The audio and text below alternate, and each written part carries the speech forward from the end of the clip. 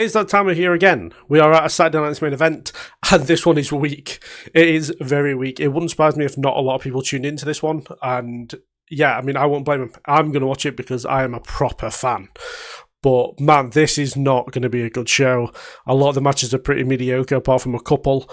But yeah, not really one to be getting invested in, quite like how the one in January was. I remember that one being particularly good. And obviously the one in December, Cena's final match, even away from the Cena match, was a pretty good show. So yeah, not really feeling this one, unfortunately. But we will get into the predictions. Obviously, as always, for Saturday Night's Main Event, I am doing a predictions video, but I will not be doing a review. The review actually this week is going to be for Double or Nothing, which predictions will be out in a couple of days on Thursday, I believe. So do stick around for them. Do subscribe. We're so close to 1k now. I think as of time of recording, we're about 15 off. So do subscribe. I will appreciate it, and I really want to get to that 1k. So I'm going to start off with the match that I probably would have put as main event if it was a championship match, but because it's not, I think it might kick off the show, and it's Becky Lynch versus Sol Rucker. Now for me, I'm going point blank with Sol Rucker to get the win here, because this will earn her a future opportunity at the Women's Intercontinental Championship, which I think, and I hope, will be on Clash in Italy, because Becky can absolutely perform on the pay-per-view stage, and I think Sol Rucker can as well. Sol Rucker and Io Sky recently had what I would say is the best TV match we've had in years, only a couple of weeks ago, and yeah, I feel like we're going to get a very similar kind of match here when it comes to Sol and Becky. Obviously, Becky is one of the greatest of all time for in-ring, so yeah, it makes a lot of sense that this one will be a banger. And yeah, for me, as I said, I'm going to go with Sol to get the win because it'll earn her a future opportunity. I know some people will be like, well, you just make it a title match. I think this is a good story for them to carry on this feud into Clash in Italy, maybe even further, where Sol has earned her championship instead of just being given it. And yeah, for me, as I said, Sol to get the win to earn the opportunity. Following that, we have the match I have the absolute least amount of interest in, not only because we actually saw this match only a couple of weeks ago, but because it's just, actually no, we didn't see it a couple of weeks ago. We saw it similar to it a couple of weeks ago. But we have Rhea Ripley, Charlotte Flair, and Alexa Bliss taking on Jade Cargill, Michin, and B-Fab. And yeah, this is obviously leading to some kind of rematch between Rhea and Cargill, probably a Clash in Italy. But yeah, I do not care for this at all. It doesn't make any sense that Rhea and Charlotte would be tagging together. Those two hate each other. I know they've kind of addressed it on TV, but you know, it just wouldn't happen. Cargill, and she's got Michin and B-Fab with her. Michin is really good, but under this current character is awful. B-Fab is not very good either. So everything about this is screaming that this is just going to be really bad. And I'm not really looking forward to it. I just want to get to Rhea versus Cargill, because those two had a fantastic match at WrestleMania. I just want to see those two individually have a match. I don't need this 6-woman tag bullshit. So yeah, I'm going to go with Cargill and the baddies, essentially, to get the win here, with Cargill pinning Rhea to then set up quite nicely for a title rematch. Continue on with the matches I have absolutely zero interest in, and a match we actually did have a couple of weeks ago. We have the Irresistible Forces having another title rematch against Paige and Brie Bella. Now, respect to Paige and Brie Bella, they have been wrestling very often, I think almost every week since winning the titles, but I cannot get over the fact that Paige and Brie Bella just wouldn't tag together. Paige hates the Bellas. You know, so it makes no sense that this will actually be working. So respect for wrestling all the time, but the matches have been okay at best. I kind of just want to see a women's tag team be tag team champions. That'd be just fantastic. Give it to Bayley and Lyra. Just please give it to Bayley and Lyra.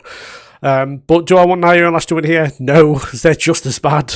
So this is kind of a lose-lose situation. For me personally, I know there are some people that love these teams, or at least one of the teams. But for me, I'm going to go with Paige and Brie to retain the championships. I can't see them losing them back to, well, losing them back to Nia and Lash. I'm hoping, as I said, they're going to lose them to Bayley and Lyra, or the Judgment Day. Hopefully they get a rematch after being absolutely screwed on Raw. But yeah, say just please take the titles off Paige and Brie, but give them to a decent team at least. After that, we have a Tag Team Championship match, the World Tag Team Championships, where the Vision will be taking on the Street Profits. The Vision were defending against Street Profits. And yeah, for me, actually, I'm going to go with the Street Profits to get the win here. I think that Seth might even help him a little bit to screw over the Vision so they lose the championships, and then the Street Profits kind of have to thank Seth, even though Montez and Angelo kind of don't trust him, especially Montez, like, hates him. Which I kind of get. He is Seth Rollins at the end of the day. But yeah, for me, I think it makes the most sense to put the titles on the Profits. I know this is very early into their return, but man, they're one of the best tag teams on earth. You've got to put the titles on them just so they can wrestle often and they can put on banger matches like they were doing all them years ago. Also, Logan and Austin can do quite, like, their position on the card won't change if they lose the championships. So, you know, if they lose, it's not particularly a bad thing. And it also adds to the story of Rollins and the Vision / Rollins and Braun. So, for me, yeah, I'm going to go with the Street Profits to get the titles, but there's going to be a lot of shenanigans involved to get to that point. Finally, in the match that I think will be the main event, if it's not the tag team title match, is Penta defending the Intercontinental Championship against All Ego Ethan Page. Now, this is very difficult for me because I'm a fan of Penta. I really am. But I'm a bigger fan of Ethan Page, but is it too early to be putting the title on Ethan Page? Some people would immediately say, no, it's not too early, get the title on him immediately. But Penta's been doing really well as Intercontinental Champion. I feel like he also with Triple Mania coming up soon. There's a chance for him to defend the Intercontinental Championship on Triple Mania, which will obviously be a history-making defense. So I'm going to say they keep the title on Penta for now.